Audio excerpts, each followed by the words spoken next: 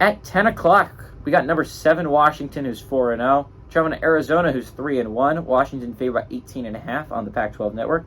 Michael Penix Jr. for Washington has gone 103 of 138, thrown for 1,636 yards, 16 touchdowns to 2 interceptions. Dylan Johnson has had 25 carries for 149 yards and 2 touchdowns, and Rome Odunze has had 27 catches for 544 yards and 4 touchdowns.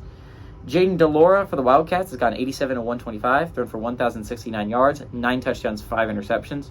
Michael Wiley has had 40 carries for 176 yards and a touchdown, and Tataroa McMillan has had 21 catches for 341 yards and 3 touchdowns.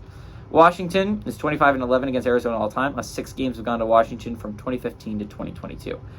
What I think is really interesting here, right, is I don't think Arizona's a bad football team. They lost a heartbreaker to Mississippi State. Game that, sure, you could have played better in, and a game that if you play better in, you're probably 4-0. But it's just Jaden DeLora for it. I mean, like, he is not going to make no bad decisions. It's just not. It's like watching Brett Favre play football. If you don't expect him to throw an interception, you've never watched Brett Favre play football. It's part of his game. He's going to throw an interception. Jaden DeLora will throw an interception. Likely 2 in this game, in my opinion.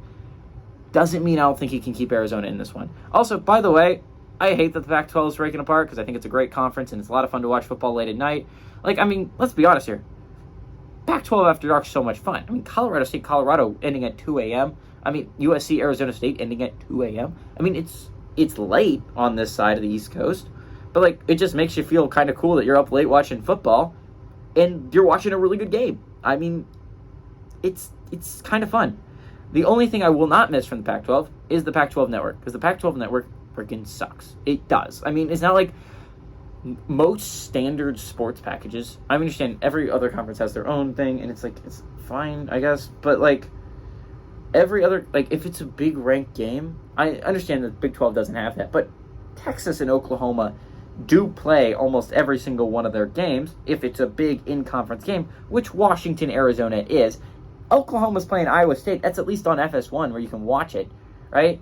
And then like SEC Network, Big Ten Network, ACC Network, that's all standard in most sports packages. You normally get those. And so just the Pac-12 Network doesn't come with that for some reason, and it's really annoying, and that's why Pac-12, like, the only great side of Pac-12 disappearing is no more Pac-12 Network, which is thank God. But Arizona's a solid football team. I legitimately believe that. They played a close game against Stanford last week, and arguably should have blown out Stanford, but it's Arizona. I mean, this is a really good Washington team, and I think a really good Washington team. I think a Washington team that can legitimately compete for the playoffs. But I would not be surprised if Arizona kept it close at home. This is a road game for Washington. This is their first real road test, right? They went to Michigan State, but it's not anyone. And they played Cal at home last week. This is their first Pac-12 road game. This is their first real road test. Arizona's a solid football team.